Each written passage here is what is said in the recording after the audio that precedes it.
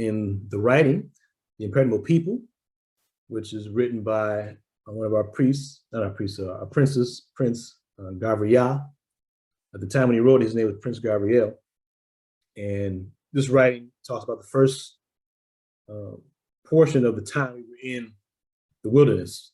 And when we left America, we landed in Liberia. We were there experiencing the season of us, letting go of our past inequities.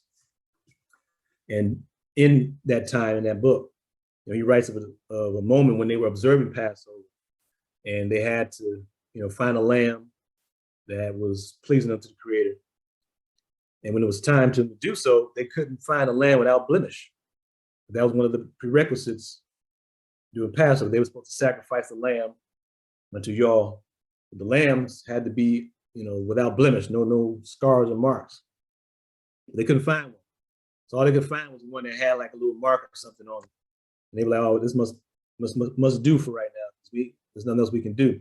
So they had the lamb locked outside in a gate with, a rope tied around them so they wouldn't, escape.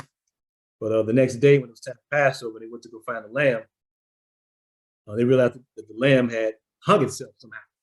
I guess it was trying to escape, maybe. And doing it trying to escape, I don't know, it got tied up and it strangled itself. So they were all, in fear of what was going to take place because, the lamb had to be prepared a certain kind of way. So the lamb died before the event, and it kind of shook the saints that season. But when the father heard about it and what took place, he said, Zeb Beseda. And that night when they had the convocation, he told them that, for us, this dispensation of time, we have to now move past the sacrificing of lambs for these holy day seasons. Because symbolically, in Moses' time, sacrificing animals was something that was needed by the people for Yah to take away the sin and inequity of the people that was sin at that time. Because every time we do something that's wrong, there has to be some type of consequence spiritually, okay? So in order for them to, alleviate the consequences taking place with the people, the Creator said, okay, something has to take the place of that consequence, so let it be a living animal. And, we were instructed which animals to bring as a sacrifice and an offering on the altar. And, there were different sacrificial offerings that the children of Israel did in those 40 years that they were in the wilderness. You can read about them in the book of Leviticus and Numbers. But the Father this time said that in this dispensation, we have to move beyond it, and we have to be the sacrificial lamb, us. We have to take responsibility and accountability for our own actions. And we can't be in a cycle of thinking that we can, sin, and then once we find an animal and sacrifice it to Yah, everything will be okay. We have to take on that sacrifice and that sin. We have to bear the brunt of our own disobedience to Yah's instructions and Yah's laws. And we have to take that accountability and grow up and be self-disciplined in the ways of Yah and move past the scapegoat concept. And, when he brought that message, as the Prince wrote, it was very uplifting and elevating to the saints for them to have that type of understanding moving forward. So the children of Israel in this dispensation time and the pioneers at that season specifically became that sacrificial lamb.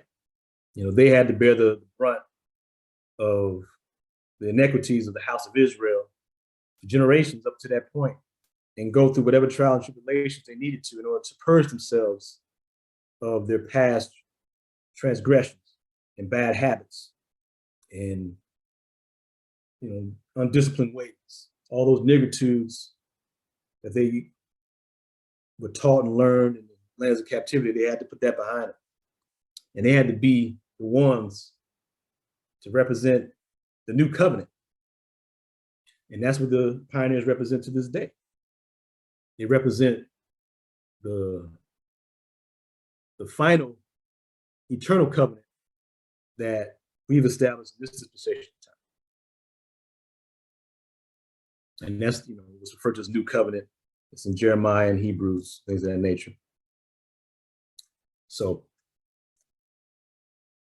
that's what we do in this dispensation of time. So, like last night, instead of consuming a physical lamb, we consumed, the spiritual lamb, which ultimately becomes the word of Yah through our, anointed leadership and the wisdom that they had to give us. And we break bread together, and we consume physically, the vegan nourishment of plants and things of that nature. And, we're instructed to feast to the utmost after the Holy Convocation is ended.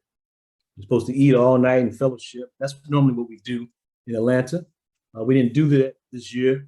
We made a decision to just come together, have the cod, and have the bitter herb ceremony. And then we went home to our respective houses and we ate there and had a feast.